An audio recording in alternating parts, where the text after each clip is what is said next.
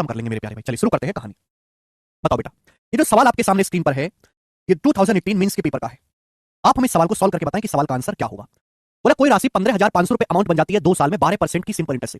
Same धनराशि कितना amount बनेगी 1.5 साल में 10% पर एनम के हिसाब से, यदि इंटरेस्ट हाफ ईयरली कंपाउंड होता है नियरेस्ट टू 1 रुपी, और आंसर अप्रॉक्स में आपको बताना है। तो पहली बात तो इस सवाल को पढ़ते ही पता लग गया कि हमें प्रिंसिपल निकालना पड़ेगा। बोला कोई राशि 12% साधारण ब्याज की दर से 2 साल में 15,500 रुपए हो जाती है। तो आप मुझे बताओ प्रिंसिपल क्या है। बेटे अगर 1 साल में 12% सिंपल इंटरेस्ट है तो 2 साल में कितना सिंपल इंटरेस्ट मिलेगा? 24%। 100% प्रिंसिपल पे अगर 24% ब्याज आपको मिल जाएगा सिंपल इंटरेस्ट, तो अमाउंट कितना हो जाएगा? 124% अमाउंट हो जाएगा कि नहीं? सोचो, कोई धनराशि 2 साल में सिंपल इंटरेस्ट से 15,500 रुपए हो जाती है। 1 साल में 12% सिंपल इंटरेस्ट है, 2 साल में 24% होगा। 100% प्रिंसिपल पे 24% तो आपका ब्याज है, तो अमाउंट कितना हो जाएगा? 124%। सवाल में अमाउंट कितना हो जाता है? 15,500 रुपए। तो 124% की वैल्यू 15,500 रुपए। तो बताओ प्रिंसिपल 100% कितना है? 31 चौका 124 और 31 पंजे 155, 4% की वैल्यू 500 है।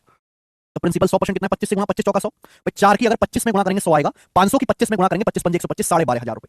तो हमारा जो प्रिंसिपल है वो 12,500 रुपए आ गया। पहली लाइन से हमने प्रिंसिपल पता कर लिया। आगे क्या बोला? आगे ये बोला है अगर ब्याज हाफ ईयरली आधार पर कैलकुलेट किया जाता है, ब्याज हाफ ईयरली कंपाउंड किया जाता है, तो सेम राशि 10% की दर से 1.5 साल में कितनी हो जाएगी? सुनो बेटे, समय है 1.5 साल। 1.5 साल क्या मतलब क्या होता है? 1.5 साल का मतलब होता है 18 महीने।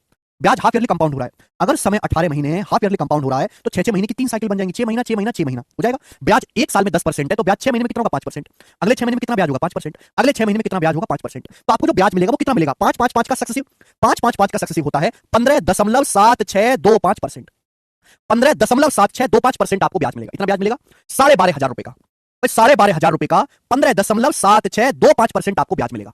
आपसे पूछा अमाउंट निकालने के लिए प्रिंसिपल में ब्याज जोड़ देंगे, तो पहले ब्याज निकालो। कंपाउंड इंटरेस्ट जो मिलेगा 12,500 का 15.7625% मिलेगा। ऑप्शंस काफी दूर दूर है, तो मैं अप्रॉक्स कैलकुलेशन करूंगा। आप बताओ इस 12,500 का 15.7625% कितना आएगा मेरे दोस्तों?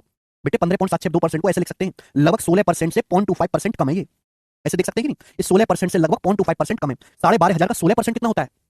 12,500 का अगर मैं 8% निकालूं तो 1000 होगा। 12,500 का 16% आएगा 2,000 रुपए। 2,000 आएगा कि नहीं? 12,500 मुझे कैलकुलेशन याद है कि 125 गुणा 8,000 होता है। 125 गुणा 16 2,000, 12,500 का 16% 2,000, ये 0.25% कितना आएगा लगभग? बताओ भाई। 0.25% होता है 1/4।